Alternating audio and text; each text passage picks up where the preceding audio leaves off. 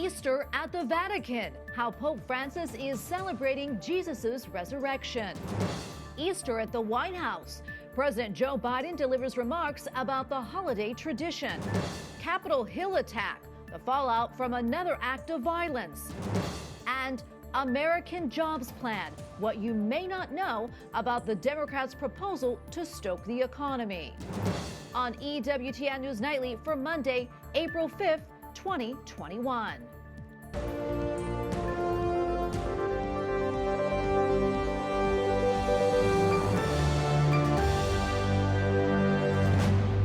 Thank you so much for being with us tonight. I'm Tracy Sable. Your fear will be turned to hope. Pope Francis leads Easter celebrations in Rome with a message of light and consolation for all people amidst the coronavirus pandemic. We have a look at some Easter celebrations around the world and one troubling development in the United Kingdom. But we start at the Vatican with EWTN Rome correspondent Colin Flynn. The risen Christ is hope for all who continue to suffer from the pandemic, both the sick and those who have lost a loved one. The words of Pope Francis as he delivered a special Urbi et Orbi prayer inside St. Peter's Basilica yesterday, Easter Sunday. The suffering caused by the pandemic was a theme Pope Francis touched upon across the Easter weekend. On Friday night, as darkness fell over St. Peter's Square, Pope Francis asked the world to look at the suffering of humanity through the eyes of children, who this year provided the meditations for the Way of the Cross. Good Friday, April the 2nd, was also the 16th anniversary of the death of St. John Paul II, and just a few days before his death, he joined in the Way of the Cross spiritually from his private chapel, watching it live from the Colosseum. This year, the stations were placed around the obelisk and along the path leading to the raised area in front of the basilica. Flickering candles trace the path from one station to the next, together creating the image of a cross. The following night, the lights were turned off in St. Peter's Basilica as Pope Francis celebrated his 9th Easter Vigil as Pontiff. The fire was blessed and the Paschal candle was handed first to Pope Francis and then the concelebrants and the limited number of faithful who were permitted to attend. After the Pope walked up the main aisle, the Basilica's lights were switched on. Listen to the Easter message. Your tears will be dried and your fears will be turned to hope, were the words of Pope Francis during his homily, which was shared with over 170 countries around the world live on television and for the first time also provided by the Vatican in sign language. The following morning, surrounded by beautiful floral arrangements provided by a florist in the Netherlands, their 35th year providing the flowers, the Easter Mass was celebrated at the altar of the chair of St. Peter's Basilica. Instead of a homily, Pope Francis opted for silent prayer, reflecting on the mystery of Christ's resurrection from the dead. After Mass, Pope Francis delivered his Urbi et Orbi to Rome and to the world. He admitted that his words would not offer a mirage or reveal a magic formula to escape the world's difficult realities of war, economic crisis, and of course the pandemic, but said that the resurrection offers us concrete hope and consolation. In Rome, Colin Flynn, EWTN News Nightly. Pope Francis also delivered an Easter Monday address to the faithful, saying the resurrection is the ultimate victory over death and evil. Hanno venduto la verità. The Holy Father also says the faithful should share the great joy felt by Mary at the resurrection of her son. Pope Francis adds, quote, never tire of seeking the risen Christ who gives life in abundance. In the Old City of Jerusalem, Easter Sunday Mass was celebrated at the Church of the Holy Sepulchre.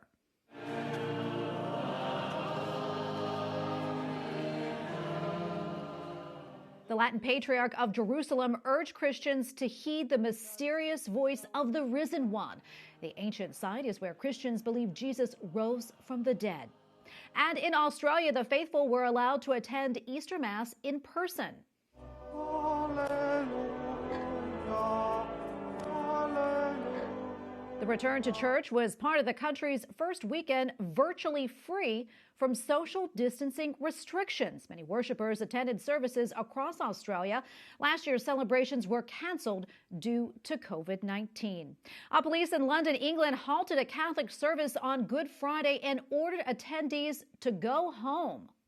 This gathering is unfortunately unlawful under the coronavirus regulations we have currently. Officials at the parish say the police acted unlawfully in stopping the service. Police say people inside were not socially distanced and a few attendees were not wearing masks. Church officials say that they will contact the police over how that incident was handled. The White House had to scrap its annual Easter egg roll due to the coronavirus pandemic, but President Joe Biden still celebrated the holiday. He also referenced Pope Francis as he called for more Americans to get vaccinated. Easter's a day of joy when we celebrate resurrection and renewal. President Joe Biden speaks about Easter traditions at the White House. And we look forward to next year when the White House will ring with joy of the season once again, and there'll be an Easter egg roll, God willing. The president and first lady earlier delivered a video message on Easter encouraging people to get vaccinated. We share the sentiments of Pope Francis, who has said that getting vaccinated is a moral obligation, one that can save your life and the lives of others. The Holy See did say if ethical vaccines are not available, then it is morally acceptable to receive COVID-19 vaccines that have used cell lines from aborted babies, but also adds the use of such vaccines does not and should not in any way imply that there is a moral endorsement. Pro-life groups say the Johnson & Johnson vaccine was produced from abortion-derived cells. Still, White House Press Secretary Jen Psaki earlier announced that Catholic Charities is one of the organizations encouraging people to get vaccinated. We've talked in here quite a bit about how effective and impactful we've seen having community voices, trusted voices, be the people who are getting the information out to communities.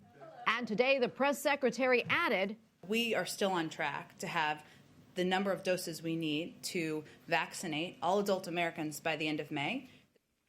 A batch of Johnson & Johnson's COVID-19 vaccine has failed a quality check. The company did not say how many doses were affected. It cited an issue with one of the 10 companies providing ingredients to Johnson & Johnson for the vaccine. A report in Politico says 15 million doses were thrown out. The governor of Georgia is fighting back after Major League Baseball pulls the All-Star game from the state of Georgia over its new voting law. Republican Brian Kemp says free and fair elections are worth any threats, boycotts, or lawsuits.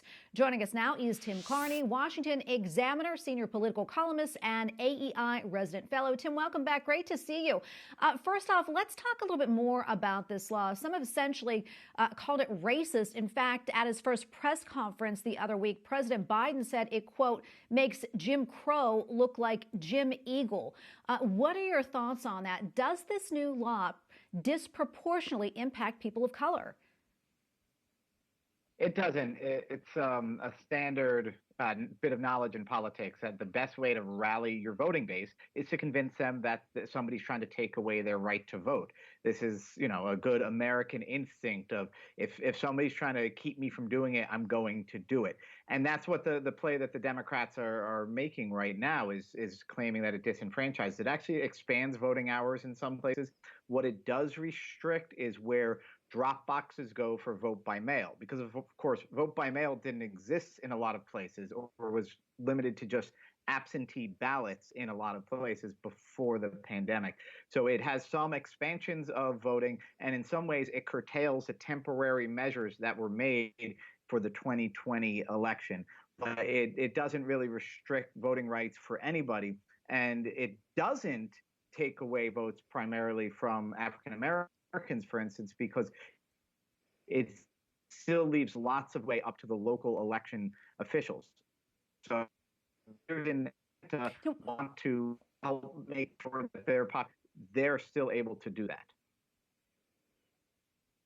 And we had mentioned Governor Kemp's statement. What did you think about that?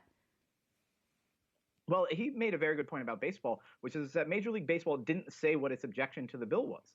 It was kind of as simple as, this bill is bad, it takes away people's votes, which is the way the New York Times will describe it, the way the Democrats will describe it. But Major League Baseball didn't say, well, we need to have more drop box locations, or counties should be required to keep early voting open till 8 p.m. Major League Baseball just sort of, they gave into a pressure campaign, was what the governor said. And I think if you look at what baseball's statement was, and if you look at the nature of what the activist groups did, that's exactly an accurate statement. They did not have an objection to the bill they could articulate, yet they still pulled the All-Star game away. And one irony is that a lot of Democrats are not pleased with this. John Ossoff, the new senator, Stacey Abrams, who's the former governor candidate who led a lot of the campaign against the bill, she's saying, no, we don't want business to leave Georgia. That's going to hurt us. But at this point, it's kind of a mob mentality that has spun out of control. Yeah, absolutely.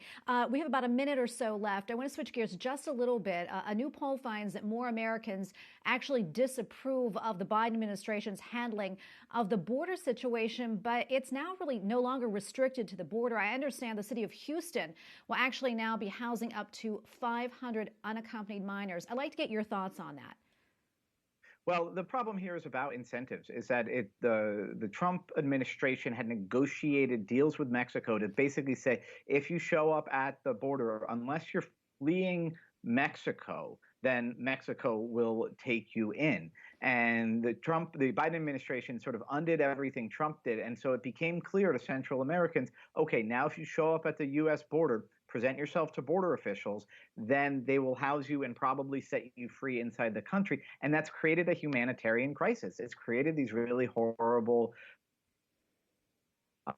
conditions. And so you don't have to be a restrictionist on immigration to say the Biden administration's handling of this has created this problem where you do have what we used to call kids in cages. You have that going on again. You have families being separated. You have people dying on the long journey across Mexico. So it's not an ideological partisan thing. This is a crisis, and it was caused by mistakes made by the Biden administration.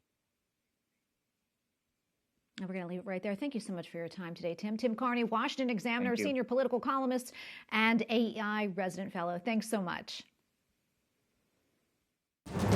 Coming up, the Biden administration pushes an infrastructure plan. What's really included in the massive spending bill?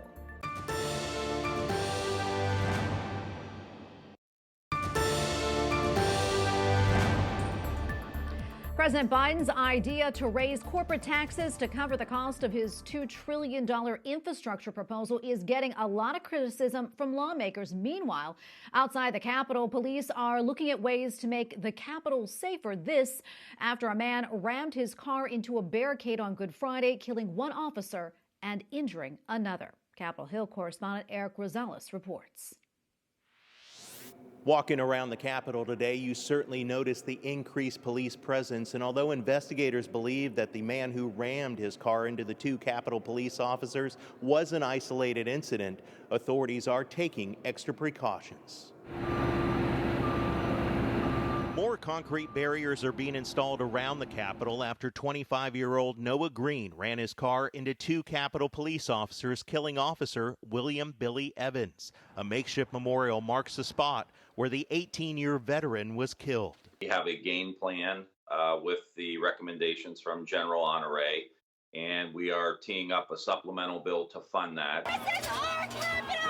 With the violence at the Capitol on January 6 still fresh in the minds of officers, the head of the Capitol Police Union is pushing Congress to bolster security, saying in a statement that the department is 233 officers below its authorized level of more than 2,000 and struggling to meet existing mission requirements. Meanwhile, lawmakers spent the Easter holiday touting the president's $2 trillion infrastructure proposal. Infrastructure needs are self-evident. The American Society of Civil Engineers has demonstrated that we're trillions of dollars behind. The proposal includes spending on green energy, broadband, but also expanding Medicaid coverage, job training, and plugging oil and gas wells. I'm going to push as hard as I can to change the circumstance so we can compete with the rest of the world.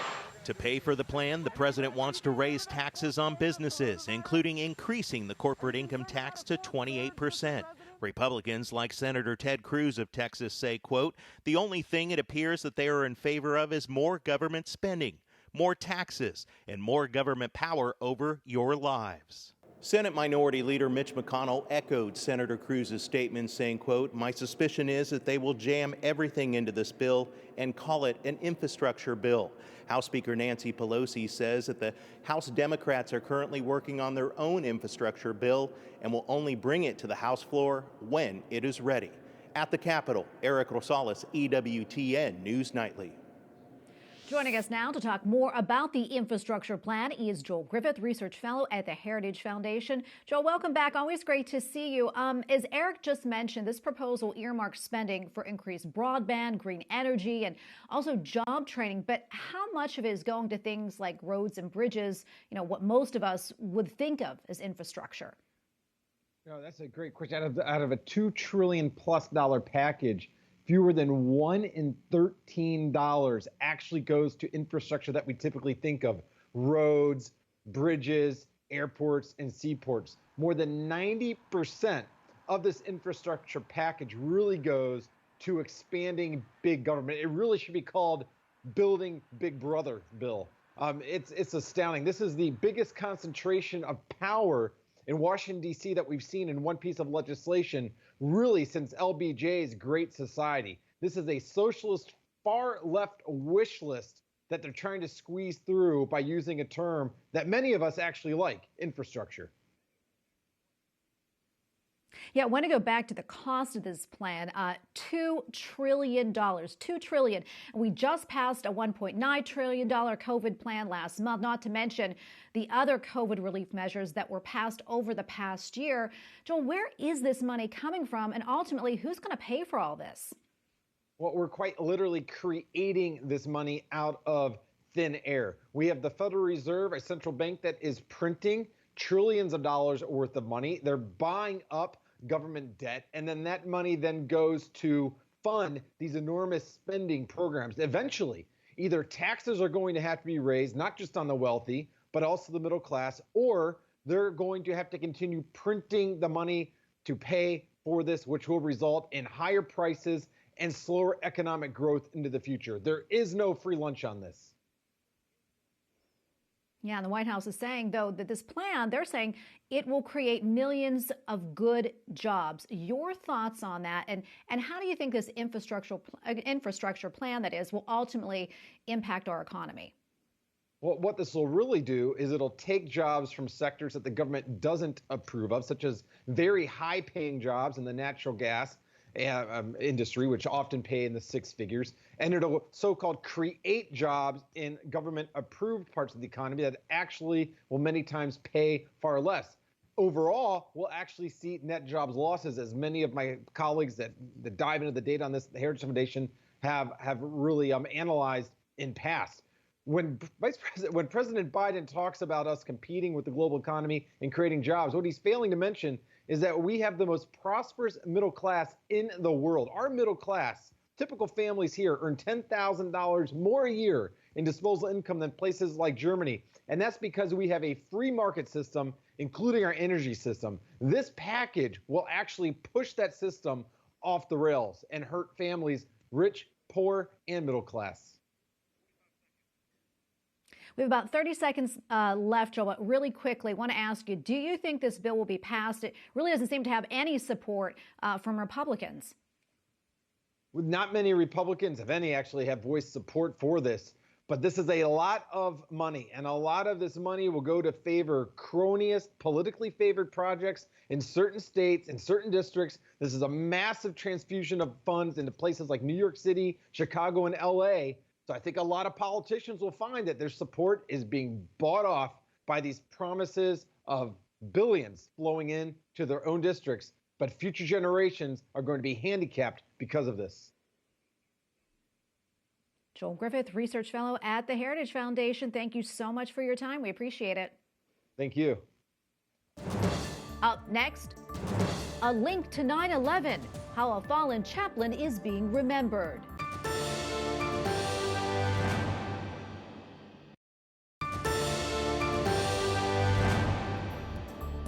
Tonight is a championship game in the NCAA men's basketball tournament, and for the fourth time in 5 tournaments, a Catholic school has reached the final. Undefeated Gonzaga University, a Jesuit university in Washington State, faces Baylor. Gonzaga is trying to win the first NCAA basketball title in school history, but the Zags would not be the first Catholic school to win one.